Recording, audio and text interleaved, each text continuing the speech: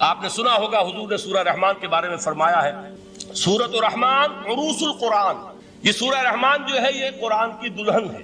جیسے دلہن کو آپ خوشنما لباس پہناتے ہیں، آراستہ پیراستہ اس کو گہنے اور اس کو زیور پہناتے ہیں، تو جس طریقے سے سجاتے ہیں آپ دلہن کو، اللہ تعالیٰ نے ایک سورت قرآن مجید میں یہ ایسی رکھی ہے سورہ رحمان کی، اسے خوب سجایا ہے. اس میں الفاظ کا در و بست، اس کا اپنا ایک ڈیوائن میوزک ہے. وہ تو اللہ تعالیٰ قراء جو ہے خاص طور پر مصر کے قراء، اللہ تعالیٰ ان پر رحمت نازل فرمائے، ان کی خطاؤں سے درگزر کرے. جس طرح قرآن کے انٹرنسک میوزک کو انہوں نے واضح کیا ہے. واقعہ یہ ہے کہ اگر یہ لوگ نہ ہوتے، شیخ عبد الباسط محمد عبد الصمد، شیخ محمود خلیل الحصری، یہ لوگ کہ جنہوں نے قرآن کے اس غنا میوزک، یہ لفظ جو ہے آپ حیران نہ ہو کہ میں یہ کوئی شاید توہین کر رہا ہوں قرآن کی، حضور نے یہ لفظ استعمال کیا ہے. تغنو، اس قرآن کو اچھی سے اچھی خوشلحانی کے ساتھ پڑھو. من لم یتغن بالقرآن فلیس منا، جو قرآن کو بہتر سے بہتر انداز میں، اچھی سے اچھی آواز میں، خوشلحانی کے ساتھ پڑھنے کی کوشش نہیں کرتا، وہ ہم میں سے نہیں. بلکہ ایک مرتبہ حضور رات کے وقت آپ گشت پر تھے اپنے ساتھیوں کے حالات معلوم کرنے کے لیے. حضرت ابو موسیٰ اشعری رضی اللہ تعالیٰ عنہ ایک صحابی ہیں، ان کے گھر کے پاس سے گزر ہوا، وہ رات کو تہجد پڑھ رہے تھے، کھڑے ہوئے کیف کے عالم میں قرآن تلاوت کر رہے ہیں. حضور کو بہت پسند آئی ان کی قرات، کافی دیر تک وہاں کھڑے سنتے رہے. اب انہیں کیا پتا کون سن رہا ہے. بالکل اسی طرح سمجھ لیجئے ایک بات یاد آئی ہے، حضور فرماتے ہیں کہ جس طرح کان لگا کر اللہ قرآن کو سنتا ہے، کسی چیز کو نہیں سنتا. ہمیں نظر نہیں آتا نا، ہمیں معلوم نہیں ہے، ہم قرآن پڑھ رہے ہیں تو سننے والا کون ہے؟ سب سے زیادہ کان لگا کر خود اللہ. یہاں اس لیے مجھے یاد آیا کہ ابو موسیٰ اشعری کو کیا پتا تھا کہ کون سن رہا ہے. وہ اپنی کیفیت میں نماز میں تہجد میں قرآن کی تلاوت کر رہے تھے، اور ظاہر بات ہے ان کے گھر ایکڑوں میں بنے ہوئے نہیں تھے، ایک ایک کمرہ، ایک ایک کوئی حجرہ، ایسے تو گھر تھے نا صحابہ کے. لہذا حضور پاس سے گزرے، آواز آئی، کافی دیر سنتے رہے. اس کے بعد آپ تشریف لے گئے، صبح فجر میں ملاقات ہوئی تو حضور نے تحسین کے انداز میں فرمایا، یا ابا موسیٰ انک قد اوتیت مزمارا من مزامیر آل داؤد. اے ابو موسیٰ، تمہیں تو آل داؤد کے سازوں میں سے ایک ساز اللہ نے عطا فرما دیا. جس طرح حضرت داؤد، لہن داؤدی مشہور ہے کہ جب وہ پچھلے پہر رات کو حمد کے ترانے الاپتے تھے، قرآن میں ہے کہ پرندے شامل ہو جاتے تھے ساتھ، اور پہاڑ وجد میں آتے تھے، پہاڑ بھی ان کے ساتھ شریک ہوتے تھے. تو جس طرح کا اللہ نے ان کو لہن عطا فرمایا تھا، حضور نے تحسین کے انداز میں فرمایا ہے ابو موسیٰ اشعری، اللہ نے تمہیں بھی آل داؤد کے سازوں میں سے ایک ساز عطا فرمایا. بہرحال قرآن مجید کا جو یہ میوزک ہے، قرآن کے الفاظ کا جو حسن ہے، جہاں تک حسن معنوی ہے وہ تو ہر لفظ میں ہے، لیکن یہ حسن ظاہری، حسن صوتی، حسن لفظی، یہ اپنے کلائمیکس پر آپ کو نظر آئے گا سورہ رحمان. لیکن قرآن میں یہ سورت اس اعتبار سے بھی ممتاز ہے، اس کی 4 آیات پر ذرا توجہ کریں گے، عجیب حقائق سامنے آئیں گے. جہاں یہ قرآن مجید کے حسن صوت اور حسن لفظی کی معراج ہے، وہیں اس کی پہلی 4 آیات میں 4 چوٹی کی چیزوں کا ذکر ہے، سب سے اونچی چیز ہے. پہلی آیت کیا ہے؟ الرحمن. ایک آیت ہو گئی. رحمان کیا ہے؟ اللہ کا نام ہے. کبھی آپ نے غور کیا اللہ کے ناموں میں سب سے پیارا نام کون سا ہوگا؟ رحمان. کیوں؟ اس کا مادہ کیا ہے؟ رحمت. ہمیں سب سے بڑھ کر جس چیز کی ضرورت ہے وہ کیا ہے؟ رحمت خداوندی. نام اچھی طرح سن لیجئے اس حضور کے قول کو. حضور فرماتے کوئی شخص جنت میں مجرد اپنے عمل کی بنیاد پر داخل نہیں ہو سکے گا جب تک کہ رحمت خداوندی دستگیری نہ کرے. کسی صحابی نے بڑی ہمت اور جرأت کا ثبوت دیا کہ پوچھ لیا، کیا حضور آپ بھی؟ جب آپ نے فرمایا کوئی شخص داخل نہیں ہو سکتا جنت میں محض اپنے عمل کی بنیاد پر جب تک کہ رحمت خداوندی جو ہے وہ دستگیری نہ فرمائے.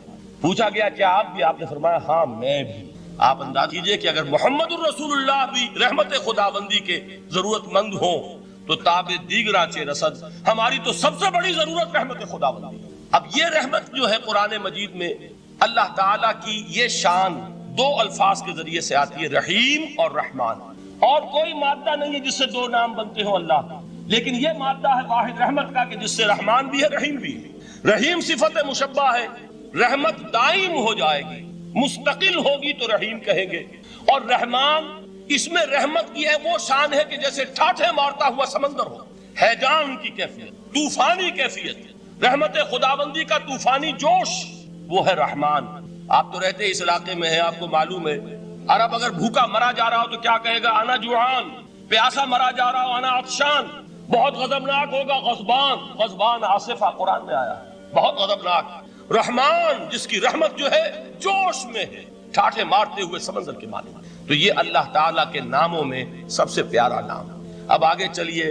الرحمن علم القرآن، رحمان نے قرآن سکھایا. رحمت خداوندی کا سب سے بڑا مظہر، رحمان کی رحمانیت کا سب سے بڑا مظہر قرآن ہے. ان میں جو منطقی ربط ہے اس کو سمجھتے جائیے.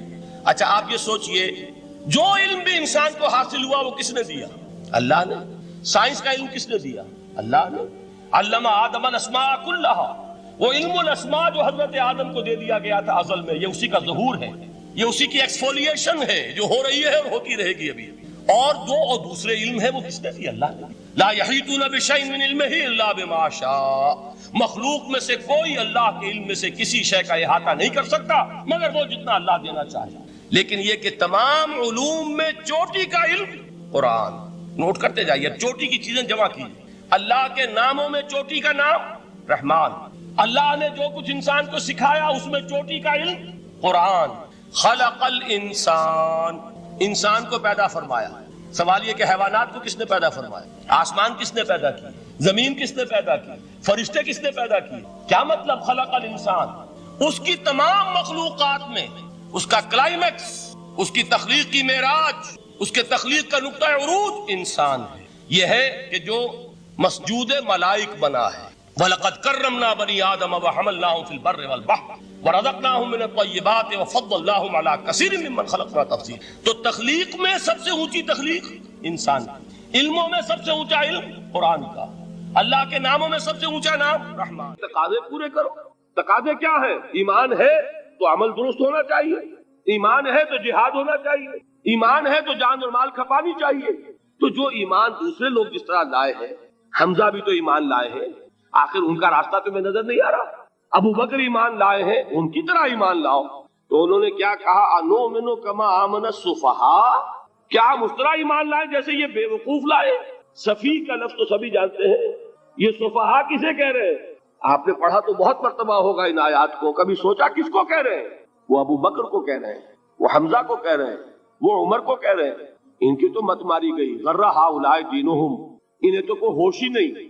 2 مرتبہ حضرت ابو بکر نے وہ کام کیا ہے کہ ہر ورلڈلی وائز انسان یہ کہے گا کہ حماقت کی ہے جس کے سامنے دنیا ہے. جب ہجرت کے لیے حضور تشریف لے جا رہے تھے، 40,000 درہم کا سرمایہ تھا، جبکہ حضرت ابو بکر ایمان لائے.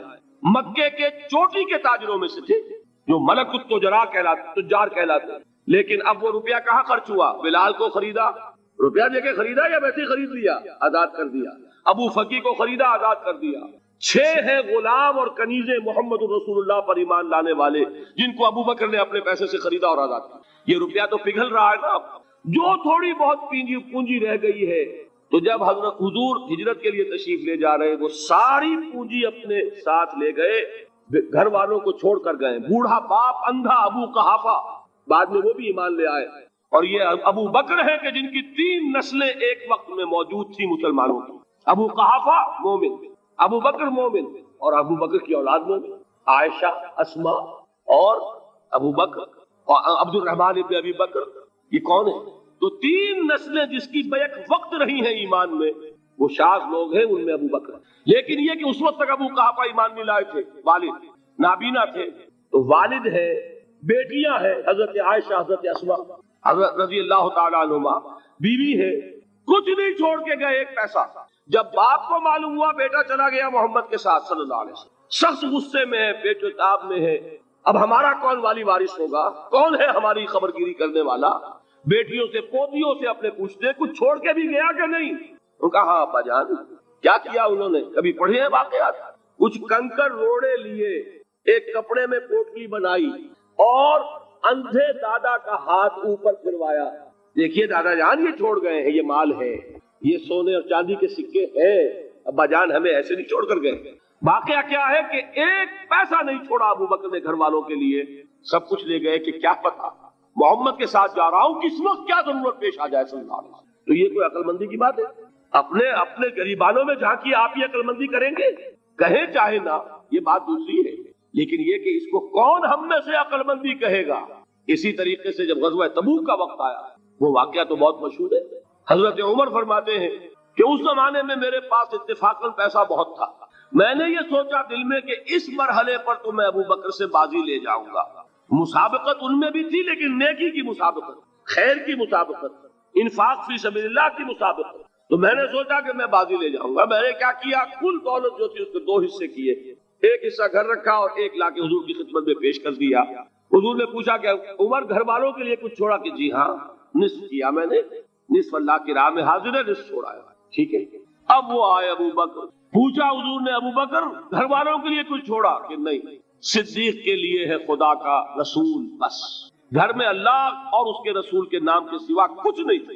یہی ہے نا, پروانے کو چراغ ہے, بلبل کو پھول بس, اور صدیق کے لیے ہے خدا کا رسول بس, مجھے گھر والوں کے لیے کچھ نہیں چاہیے. یہ کام جو ہے, تو یہ جن کا ہم اس وقت ذکر پڑھ رہے ہیں منافقین, ان کے نزدیک حماقت تھی یا عقل مندی تھی, یہ سمجھداری تھی یا بے وقوفی تھی؟ وہ ہے جو بات کہہ رہے ہیں کہ جب ان سے کہا جاتا ہے ایمان لاؤ بھلے لوگوں کی طرح جیسے دوسرے لوگ ایمان لائے ہیں, تو کیا کہتے ہیں, انؤمن کما آمن السفہاء الا انہم هم السفہاء ولکن لا یعلمون. آگاہ ہو جاؤ, اصل احمق یہ ہے, اصل بے وقوف یہ ہے, انہیں نہیں پتا کہ حقیقت کیا ہے, نفع کیا ہے, نقصان کیا ہے. وہ جو بات میں نے سورۃ العصر میں بیان کی تھی, والعصر ان الانسان لفی خسر الا الذین آمنوا وعملوا الصالحات وتواصوا بالحق وتواصوا بالصبر. جس کے ذہن اور قلب پر یہ صورت کندہ ہو جائے گی, اس کے نزدیک عقل مندی یہ ہے کہ سب کچھ اللہ کی راہ میں لگا دو. جس کے دل میں یہ بات بیٹھی نہیں, اس کے لیے عقل مندی یہ ہے کہ بچا بچا کر رکھو, چھپا چھپا کر رکھو, سنبھال سنبھال کر رکھو. عقل مندی کا اس میں تقاضا کچھ اور, اس میں تقاضا کچھ اور. لیکن یہاں بھی فرمایا ولکن لا یعلمون, انہیں ابھی علم نہیں ہے اس کا. اس سے پہلی آیت میں بھی فرمایا ولکن لا یشعرون, انہیں شعور نہیں ہے. دیکھیے میں آپ کو بتا رہا تھا, یہ وہ غیر شعوری نفاق ہے, یہ بڑھتا چلا جا رہا ہے. پہلے جھوٹا بہانہ تھا, پھر جھوٹی قسمیں ہوئی, پھر دشمنی ہو گئی صادق الایمان, جو جان اور مال لگا رہے ہیں, نچھاور کر رہے ہیں پروانہ وار, اللہ پر, اللہ کے دین کے اوپر نثار کر رہے ہیں اپنے آپ کو, ان سے عداوت, ان سے دشمنی, ان کا بغض, یہ 3rd سٹیج تک پہنچ گئے. اب بھی وہ اپنے آپ کو منافق نہیں سمجھتے, وہ سمجھتے عقل مند تو ہمیں, یہ تو بے وقوف ہے. ہم ہیں اصل میں, بھائی سمجھ کے چلنا چاہیے, تیل دیکھنی چاہیے, تیل کی دھار دیکھنی چاہیے, دائیں بائیں دیکھنا چاہیے, حفاظت کا بھی خیال ہونا چاہیے. یہ ساری چیزیں تو عقل مندی ہے نا دنیا کے اعتبار سے. تو وہ تو انہیں بے وقوف سمجھ رہے ہیں, اپنے آپ کو منافق کہاں سمجھیں گے؟ چاہیے, ٹھیک ہے بھائی, دین بھی چاہیے, لیکن دنیا کی فکر بھی چاہیے کہ نہیں؟ یہ آپ کہتے ہیں کہ نہیں کہتے ہیں؟ یہ تو بات آپ نے بہت دفعہ سنی, بھائی ٹھیک ہے دین بھی ہونا چاہیے لیکن دنیا بھی تو ہونی چاہیے کہ نہیں. یہ ہے سمجھ دنیا کی, یہ ہمارے معیارات ہیں. یہی وجہ ہے کہ دین ذلیل سے ذلیل تر ہو رہا ہے.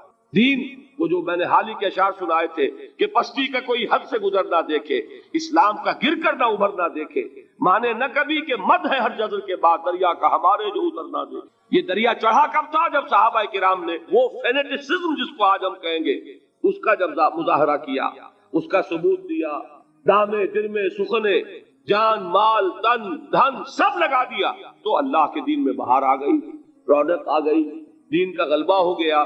اور جب ہم اپنے سمجھ کر رکھیں گے تو ظاہر بات ہے کہ اس کا تو پھر جو حشر ہوگا وہ وہی. دین میں کمزوری, ہماری دنیا جو ہے پھل رہی ہے, پھول رہی ہے, دین جو ہے وہ کمزور ہوتا چلا. یہ ہے 3rd سٹیج اس نفاق کی, کہ جس کے بعد اب کوئی امکان واپسی کا نہیں. یہ غیر شعوری نفاق, جان لیجئے کہ یہ نہیں ہے کہ ماضی ہی ماضی میں تھا, اب اس کا کوئی امکان نہیں. یہ نہ سمجھیے اب بھی یہ نفاق جو ہے, یہ میں بتا دوں آپ کو, ایک عام آدمی ہے, دین کا تقاضا ہی سامنے نہیں ہے, اسے پتہ ہی اتنا ہے کہ اللہ کے دین کا تقاضا نماز روزہ, وہ نماز روزہ کر رہا ہے, اس پر نفاق کا حملہ نہیں ہوگا. اس کو آپ کہہ دیں کہ اس کی سمجھ کم ہے, اس کا شعور کم ہے, اسے پتہ نہیں ہے, دین کے تقاضوں سے واقف نہیں ہے, وہ بچا ہوا ہے, وہ محفوظ ہے. وہ جو میں نے آپ سے کہا تھا پرسوں, اور ایک صاحب نے جواب دیا مجھے بعد میں کہ آج آپ نے جو بات کہی ہے تو کل لوگ کم آئیں گے. آپ نے ڈرا دیا کہ یہ جو تقاضے دین کے سامنے آ رہے ہیں تو اس سے ذمہ داری بڑھ رہی ہے. اب جس نے سمجھ لیا ہے پھر پیچھے رہے, وہ نفاق کے خطرے میں ہے. جسے سمجھ ہی نہیں ہے وہ پھر بھی کوئی نہ کوئی عذر پیش کر سکے گا کہ اللہ ان مولویوں سے پوچھ جنہوں نے ہمیں بتایا نہیں, انہوں نے تو دین کے تقاضے ہمیں یہ بتائے نہیں, انہوں نے تو ہمیں نور اور بشر میں چکر دے کے لڑائے رکھا, ان سے پوچھ. اصل سے مجرم جو ہے وہ یہ ہے, وہ واقعہ یہ ہے کہ کسی درجے میں بچیں گے کہ دین چاہتا کیا ہے, دین کے تقاضے کیا ہے, توحید کی حقیقت کیا ہے, شرک کی حقیقت کیا ہے. اس کی طرف اگر توجہ ہی نہیں دلائی جا رہی, اور اس غریب کو پتہ ہی نہیں, اسے پتہ ہی صرف یہ ہے کہ کھڑے ہو کر سلام پڑھنے میں اتنا فائدہ ہوتا ہے، وہ پڑھ رہا ہے بیچارہ، لہذا اس کا معاملہ آسان ہے بنسبت اس شخص کے کہ جس کے سمجھ میں آ گیا ہو، بات اس نے پالی ہو۔ دین یہ چاہتا ہے، دین اپنا غلبہ چاہتا ہے۔ علامہ اقبال نے غالب پر ایک جو نظم لکھی ہے باغ درا میں ہے، اس کا ایک شعر بڑا پیارا ہے، گیسوئے اردو ابھی منت پذیر شانہ ہے، شمع یہ سودائی یہ دل سوزی یہ پروانہ ہے۔ یہ دین جو ہے یہ تو چاہتا ہے کہ اہل ایمان پروانہ وار اس شمع پر نثار ہو، جانے لگا دے، گردنیں کٹوا دے۔ وَلَا تَقُولُوا لِمَنْ يُقْتَلُ فِي سَبِيلِ اللَّهِ أَمْوَاتٌ بَلْ أَحْيَاءٌ وَلَكِنْ لَا تَشْعُرُونَ۔ اور اگر اس سے پیچھے ہٹیں گے، قدم پیچھے ہٹا نہیں کہ نفاق کی زد میں آئے نہیں، وہ نفاق کی پہلی stage, second stage, third stage وہاں پہنچ گئے، واپسی نہیں۔ اس کے لیے ایک اور دو آیات میں چاہتا ہوں کہ اس سے اس حقیقت کو اور سمجھ لیں اچھی طرح، تاکہ کوئی اشکال نہ رہ جائے۔ ایک آیت تو میں نے شروع میں پڑھی تھی، ایک نہیں ہے، یعنی ایک جگہ سے سورہ عنکبوت، اور ایک آیت ہے سورہ حج کی، وہ میں نے شروع میں تلاوت نہیں کی۔ سورہ حج کی آیت دیکھیے، اس قدر پیاری آیت ہے، دوسرے رکوع کے اندر آپ کو آیت ملے گی، سورہ حج 17ویں پارے میں ہے، نصف کے بعد شروع ہوتی ہے، اور اس کے دوسرے رکوع وَمِنَ النَّاسِ، اور لوگوں میں سے کچھ ایسے بھی ہیں، مَن يَعْبُدُ اللَّهَ عَلَى حَرْفٍ، جو